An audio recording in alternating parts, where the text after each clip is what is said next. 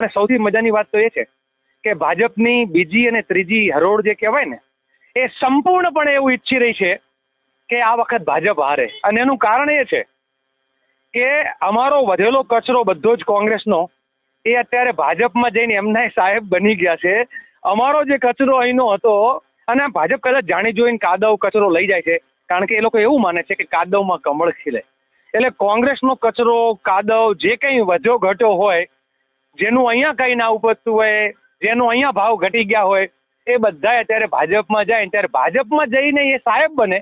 મજાની વાત તો એ છે 40-50 વર્ષથી ભાજપનો ઝંડો લઈને નીકળતા, ભાજપ માટે મજૂરી કરતા કાર્યકર્તાઓ આજે એ હજુય ઝંડા જ બાંધે છે અને કોંગ્રેસમાંથી ત્યાં જઈને એમનો કાર્યકર્તા છે એ નેતા બને છે. એક જગ્યાએ ઇન્ટરેસ્ટિંગ કેસ છે, એટલે હું શેર કરીશ.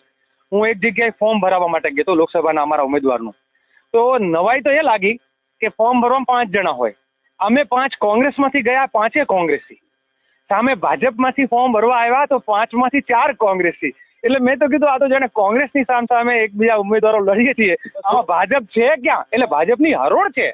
કોંગ્રેસ અને ભાજપ ભાઈ ભાઈ થઈ ગયું લાગે? ના, ભાઈ ભાઈ એમ નહીં. જે કોંગ્રેસમાંથી ફેંકાય છે, જેની કોંગ્રેસમાં કિંમત ઘટી જાય છે, જે કોંગ્રેસમાં અનેક હોદ્દાઓ ભોગવ્યા પછી અમને જ્યારે એમ લાગે છે કે હવે આ વ્યક્તિ જે રીતે કોંગ્રેસી હોવો જોઈએ એ વિચારધારાની દ્રષ્ટિએ ક્યાંક નબળો પડે છે, ત્યારે અમે એને મહત્વ ઘટાડી દઈએ. કોઈ પણ હોય, ભારતીય જનતા પાર્ટીમાં એની જે વિચારધારા છે એ વિચારધારામાં ન માનતો હોય તો ભાજપ પણ એ મહત્વ ઘટાડવું જોઈએ. પણ સવાલ એ છે કે જે કટ્ટર કોંગ્રેસી હોવાનું કહેતા હતા અને ભાજપને ગાળો દેતા હતા, ભાજપના કાર્યકર્તાઓની દશા તો જો કે જે સામસામા એકબીજા વિશે ન બોલવાનું બોલતા હતા, એવા નેતાઓને આજે એમણે સાહેબ કહેવા પડે છે અને કેબિનેટ મિનિસ્ટર તરીકે બેસાડવા પડે છે.